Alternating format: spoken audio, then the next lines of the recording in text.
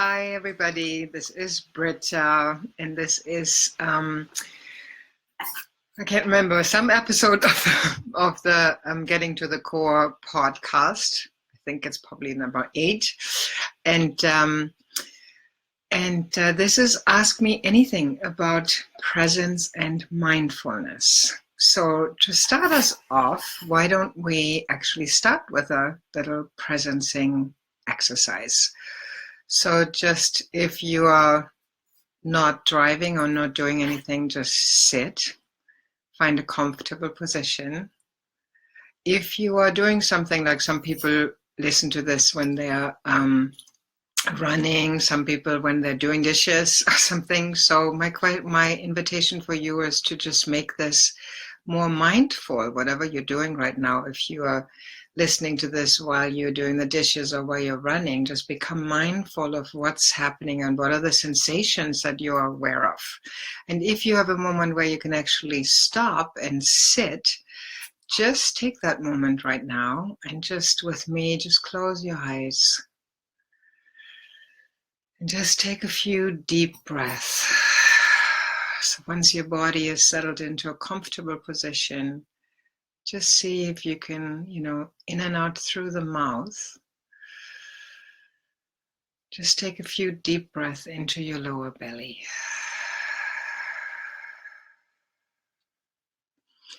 And just see if for a few moments you can actually just be present with the sensation of the breath in your belly.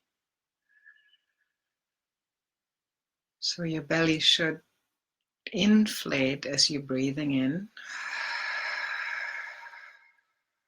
So kind of push into your hands. And as you're breathing out, your belly would deflate. Come closer to your spine. Yeah, just stay with that for a few moments.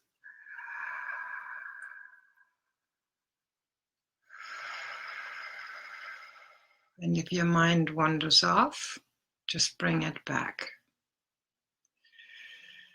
If you're doing an activity right now while you're listening, you can also pay attention to your breath or to the sensations that are present as you're doing this activity.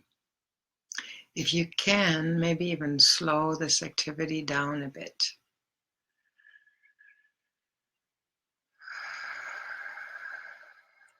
And just see how many breaths you can actually stay with your attention right there on your breath and nowhere else. Just noticing the sensations of breathing in and breathing out.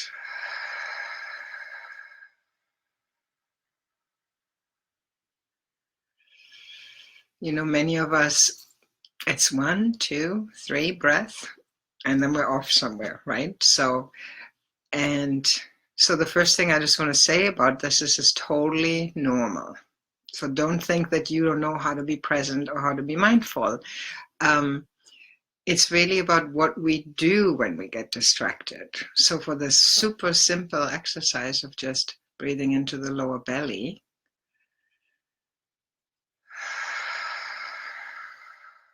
just noticing when the thoughts come in and want to take you somewhere, and then just gently bring yourself back.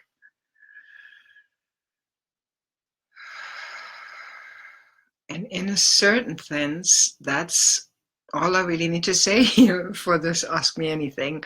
That, presence, mindfulness is a lot about where you put your attention and how you bring yourself back when you lose your focus, your attention.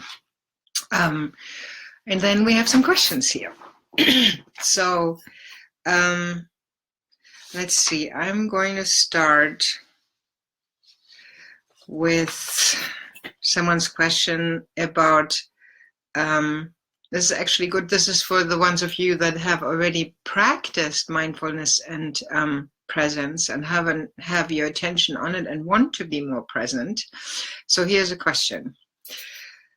As I practice more mindfulness and awareness of my present experience, I notice just how much my mind is always at work. and how often I'm doing one thing but thinking about 5 other things. Anyone can relate to this? I know it's not that I'm more distracted than I was before, but just that I've become more aware of it.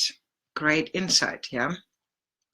Any advice on how to approach when more mindfulness means we're more mindful of not being present?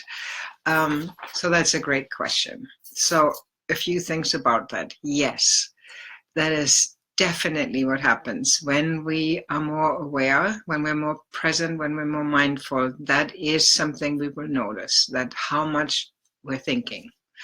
So another thing I just want to say about that is like there's nothing wrong with thinking. I really want you to hear this, because people think being mindful or being present means you have no thoughts. And I tend to disagree with that. It's not about that. It's about becoming aware of the thoughts and not jumping on the train of the thoughts. If what we're doing is, let's, for example, we want to pay attention to the breath, or we want to pay attention to being present with another human being. You know, they're talking to us and we want to mindfully listen.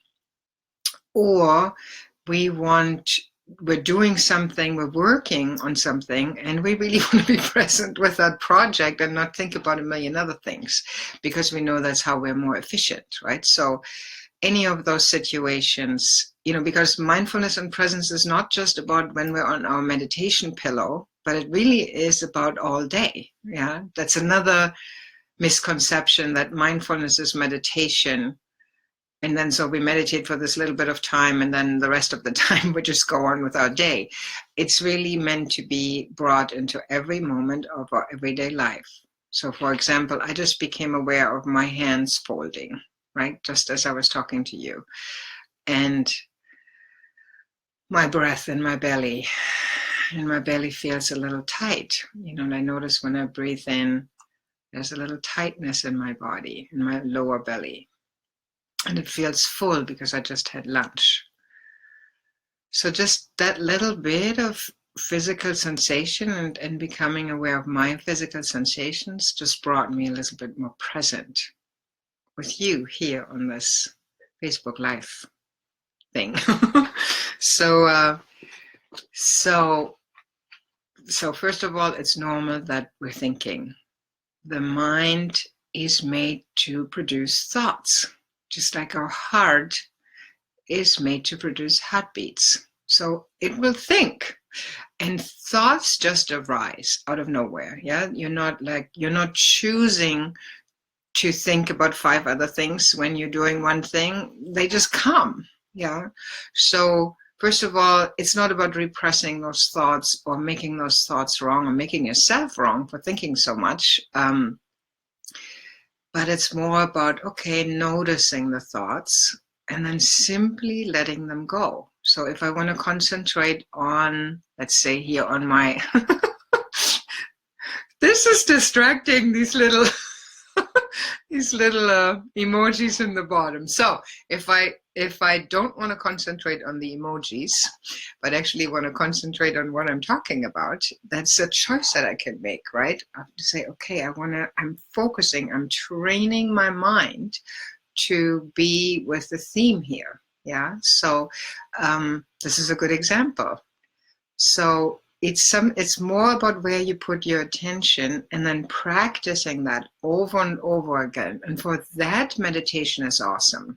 So these 20, 30, 40 minutes that you spend on the pillow is like a training ground. You know, in the beginning, when we start a meditation practice, it's often just about like training the mind to focus on something. That's why most traditions focus on the breath, because it's always with us. And it's also rhythmic and it's moving, so it's easy to pay attention to, easier than something still. Yeah, it's like it goes in and out and it's moving, and we can count the breath, or we can sense the sensation of the breath, or we can label the breath, you know, in breath, out breath, you know. So that all helps, so it's a way of training the mind. And we can do the same with when we're during the day, when we're in some activity and we want to focus on one thing and then other thoughts come. Yeah, we can just simply label these thoughts. So if you're thinking something, if you're planning something in the future, you can label it planning and then just let it go and come back to the task at hand. Yeah, we can practice this really also during the day. We don't have to only do it on the pillow. So, yeah, so first of all, to normalize your experience. And this was from Leah, by the way. So first of all, to normalize your experience, Leah. Second of all, to, last month, I believe it was last month was the month of compassion, right? So bringing compassion to the distractions, yeah, to be gentle with the distractions, and just acknowledging your willingness to be present, yeah, and then maybe labeling the thoughts, having some distance to them and going, I'm planning right now. And then just simply coming back to where you were or where you wanted to put your attention. And more compassion. Compassion, I know that was last month's theme, but I'm going to bring this through every month, because it is so important for us to not make ourselves wrong. Because when we notice the thoughts and then make ourselves wrong for thinking so much, then we're really caught in thoughts. Yeah, and then we really, really can get lost in more distraction. Yeah, so instead of that, just going, oops, I'm planning again, or I'm worrying again, or like labeling that and just going bye-bye to that thought and just coming back. Yeah, so I hope that was helpful. So let's go to another question. As I practice more mindfulness and presence, I have noticed that I seem to be much more sensitive to my surroundings, in particular to my interactions with people. The most common experience is around active listening. So I just want to say what active listening is. It's mindful listening, that where you're listening to another person and you really want to get into the land of the other, and you shut your own opinions and own stories and own beliefs. You just kind of put that aside and just be with the other person. That is one of the qualities of active listening. Yeah, so true listening, deep listening. I have truly enjoyed the power and compassion with this practice, and can see others soften and receive the gifts of someone who just listens. However, because active listening is not a common practice, I notice my sensitivity when it is me who is doing the sharing. Typical to many interactions, I notice the other ready to advise and respond rather than just listen. Again, can anybody relate to this? This is the normal way that we listen to one another. We're like ready to pounce on the other person and tell them what to do. Yeah. I continue here. I then notice myself go right into my head with thoughts of saying, yeah, but you didn't get me. And I notice my body tense up. So I'm going to stop here for a moment. That's awesome. That's awesome, because that's mindfulness right then and there. So you notice the thoughts that are arising, you notice the physical sensations, yeah, and perfect.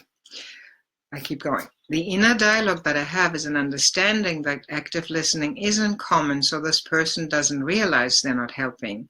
And understanding that said person also is trying to help, that person is trying to help. They don't mean harm, so I should just respond graciously.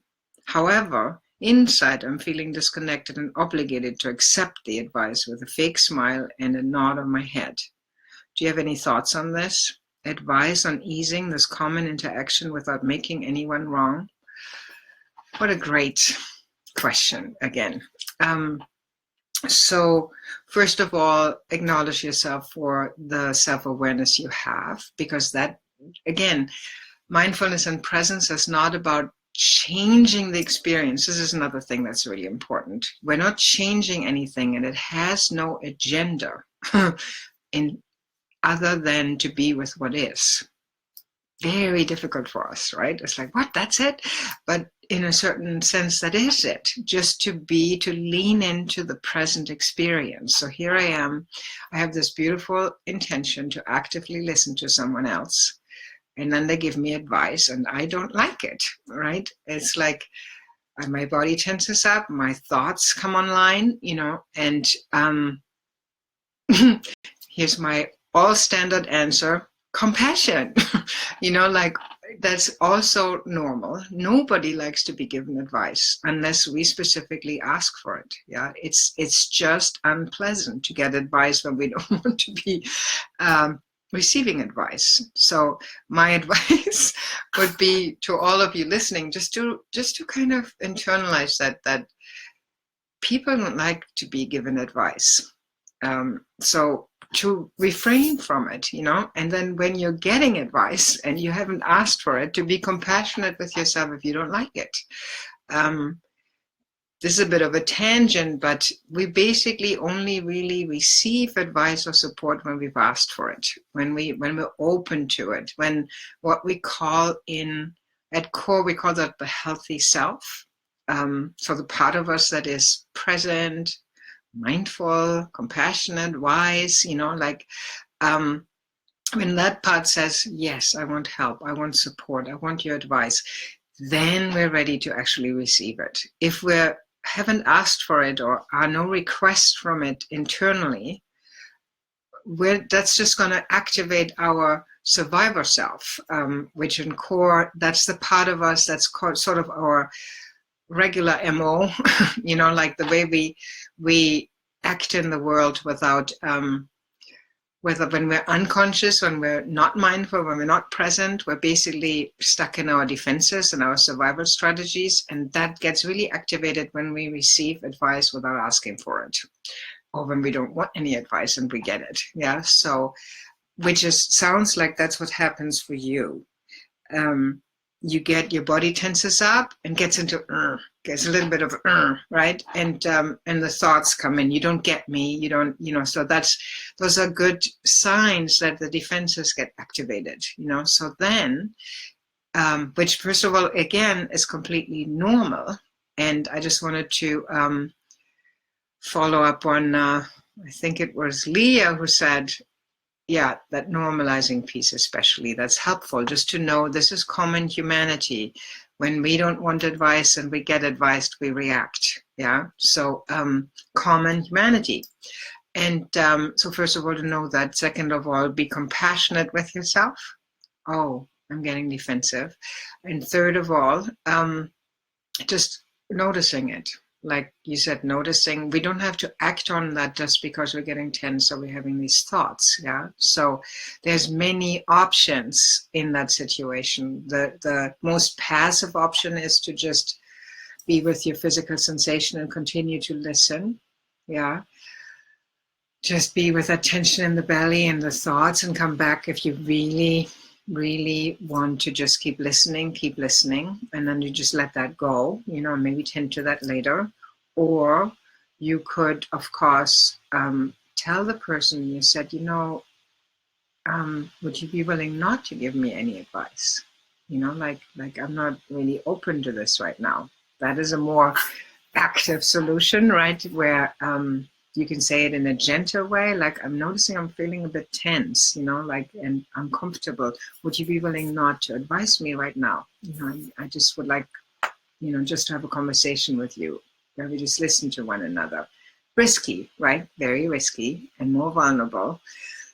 And you could get all sorts of responses over there from it, so, but that's like an engaging question, and engaging and non-defended. It's just speaking what is so for you and making a request of the other person.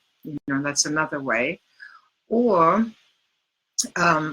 another way would be, if you notice this comes up for you a lot, that might be one of those unresolved human experiences that need your attention, that it's something you could work with, you could inquire into, like, why do I get so defended when somebody gives me advice? What is this stirring up in me? And you could just inquire into, with compassion and kindness for yourself, like, what does this bring up, and does that part need something, because now that I've said that we usually get defended when we get given advice, if we're really present and fully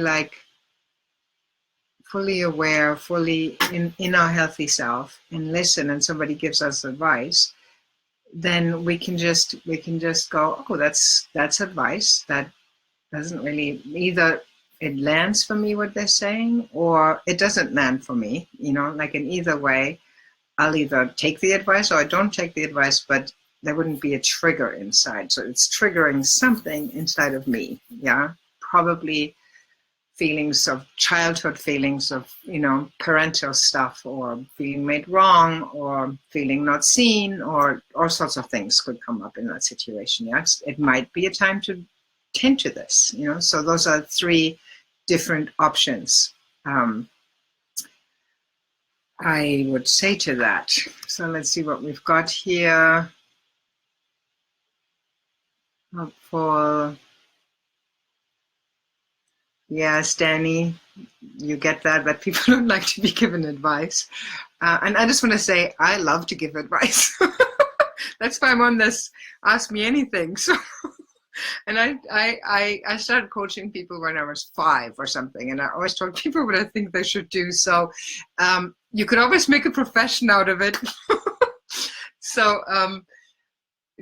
for me, I really had to learn to curb that, like to really feel into, does a person actually want this? And so lucky on the Ask Me Anything, if the person asked me a question, then they wanted to be answered. So that's a good thing, but it is very human. And that's true, Jen, what you're saying. If we become more tuned in and intuitive, then we can sense more. Is the person a request for something? Are they asking me something? And I can also ask the person, do you want my input on this? Do you want some feedback on this? Are you open to feedback to this? That's a really great question to ask. If you like jumping at the bits to give advice.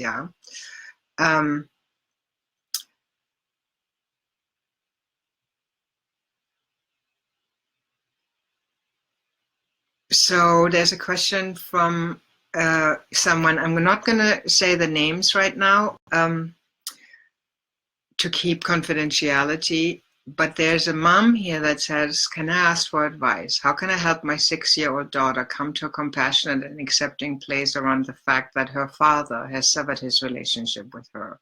Right now, she's blaming herself and blaming me. She keeps asking me why, and she's not sure, and he's not sure what to say to her.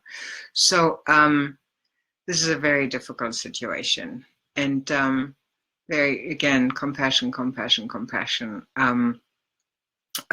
Obviously, like to talk to a child about anything is different than to talk to an adult, and you got to take this to a child level.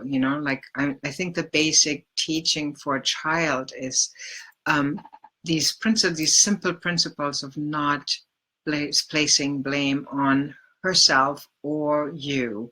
Like that it's nobody's fault. Children always fault themselves, and in a divorce or in a separation where parents are separated, they often side with one side or the other, and that whole situation is very painful. So the first thing is just to assure her that it's not either one of your faults, and then I would say to get help. This is such a deep issue. This is such a profound issue, and so important that I would definitely get help, professional help from family therapist, organizations that have worked with families. Like here in Marin, we have an organization that's called Apple, and they work with families they work on sliding scales. They like work with families exactly around this issue, like how to talk to children and what to do. And this happens, separation, parents separated, and what to do in all these different situations is a very common problem. And there's people that really know how to deal with it. So I would definitely get help. This goes beyond mindfulness and presence, though it's very important to address this. That's what I would say to that. Yeah. And my heart goes out to you. Compassion. Yeah. Lena, you're asking, would judgment be treated in the same way? Can you say a little bit more about that, Lena? Judgment when you're judging somebody or when somebody judges you? Maybe I'll just go with both scenarios. So when you're judging and you're noticing that, when you're noticing that you're judging someone,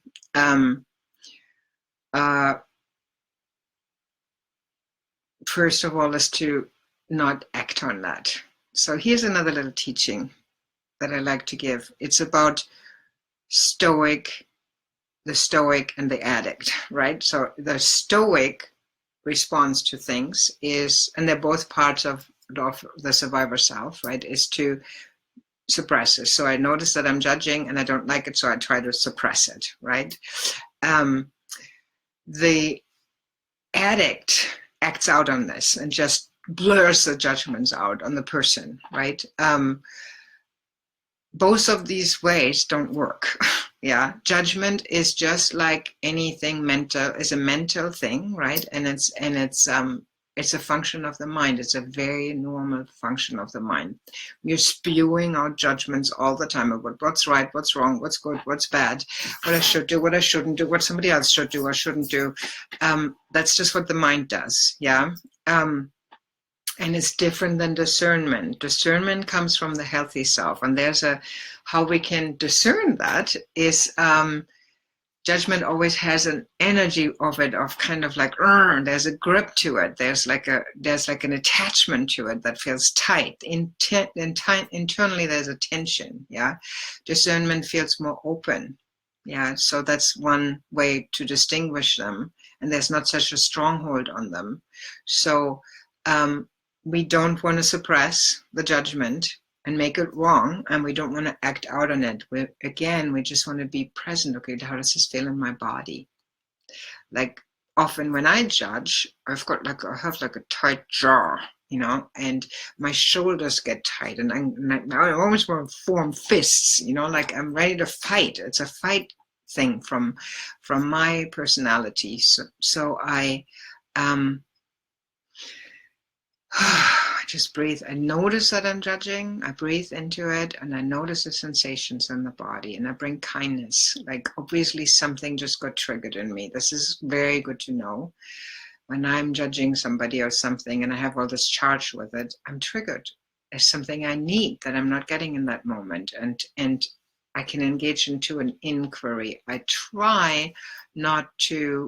attempt not to actually act on that when I notice how tight I am. Because every time I do, it just comes back, the other person comes back with their judgment. And then we get into an ego situation, which isn't helpful. So my practice is not to spew the judgments out that I have, yeah, and to practice mindfulness, practice compassion, inquiry again about what's triggered in me that this judgment is coming up, yeah.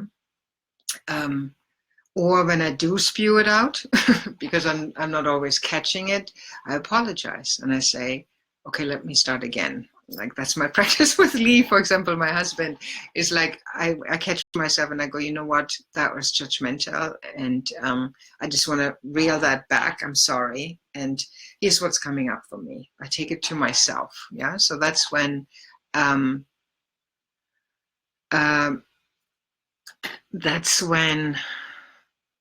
I judge.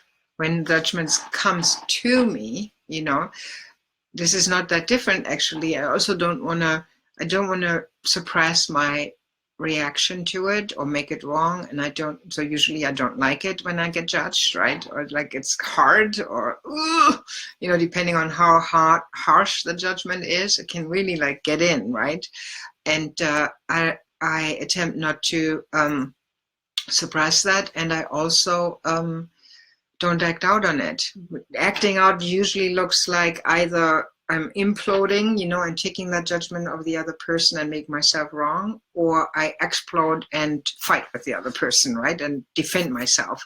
So either of those don't work either. And then the best way that I found to deal with this is, again, noticing what's coming up for me, bringing compassion and mindfulness to the sensations. This is all about sensations, right?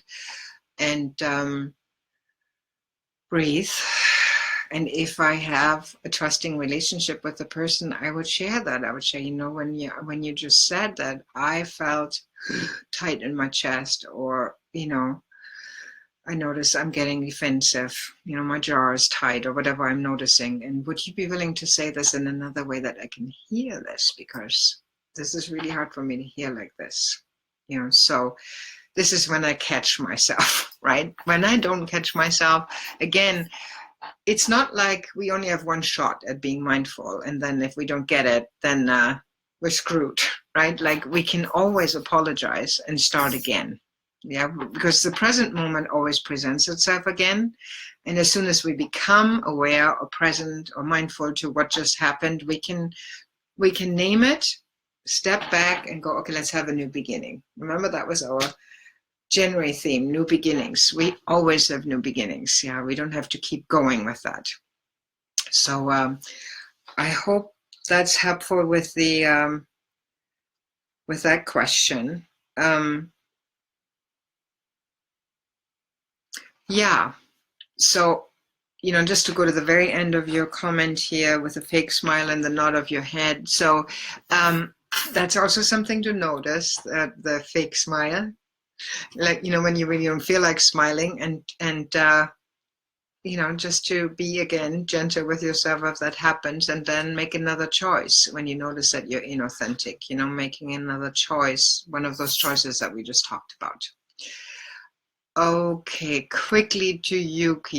You say, I'm curious in response to your comment about children always blaming themselves when parents split. Why do children typically blame themselves during trauma or divorce? Another really deep question, and I don't know if I can do it justice, but I think it's because when we're little, we have such a, our egos are just developing and our separate identity, and we don't really think very far past ourselves. Like, it's like we're very self-referential when we're children, like it's like, so it's very difficult for us to fathom what exactly goes on in everybody else, what goes on in the grown-ups, and what are they experiencing, to put ourselves in their shoes. And so it's natural to go, oh, it must be my fault. Like, mommy and daddy are not getting along. Like, is that because of me? Like, did I do something? It just seems to be how we're wired as children.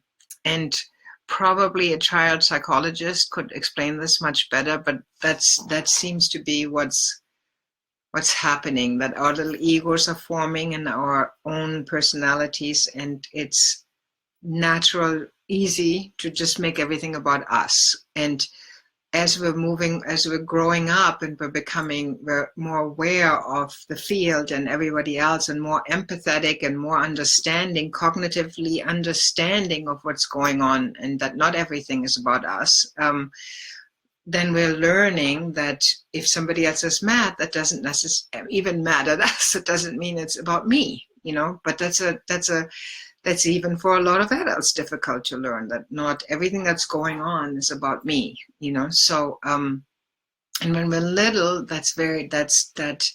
we're just learning that we're making steps towards that. Yeah. So I just think it's important as parents to understand that is often what children do, that they blame themselves and for parental difficulties, and to speak to them about that. And again, I would highly recommend getting professional help in a situation like that, with people that know how to speak to children, who understand children, and someone that you trust, someone that got referred to you that you trust. And because this is a really delicate issue, and we want the hearts of our children to be well. Yeah.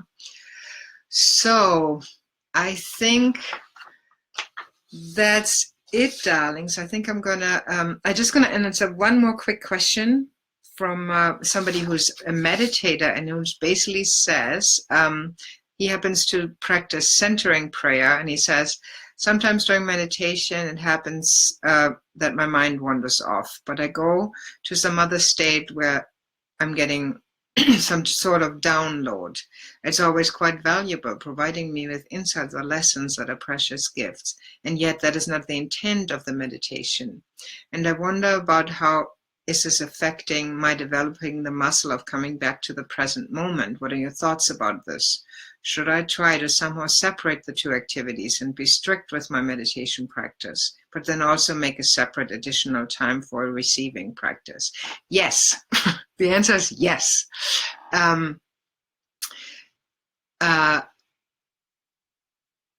You want to use the meditation, whatever meditation practice you practice. In this case, it was centering prayer, but it really doesn't matter what practice it is. Whatever silent meditation practice you practice, you do not want to use that time for a time of getting downloads.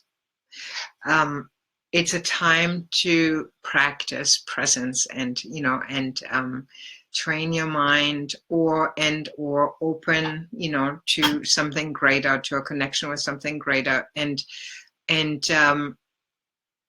it's a time to practice coming back to the present moment, and these downloads, however wonderful they are, they're kind of distracting, right? So I would highly recommend sticking with the meditation practice. If it gets really like you just can't, then write a few things down and then come back to the meditation practice, start over again. Yeah. So that little bit of time, which is only like often, 20, 30 minutes, once or twice a day, is meant for this. And then you can also use, like if you're looking for inspiration or downloads or something, you can also make a practice for that, like where you're maybe first grounding and centering and breathing, and then just opening to receive downloads, that could be your other kind of practice or meditation, or you dance, or you start creative writing, or some other process of getting these downloads, but I would keep them separate.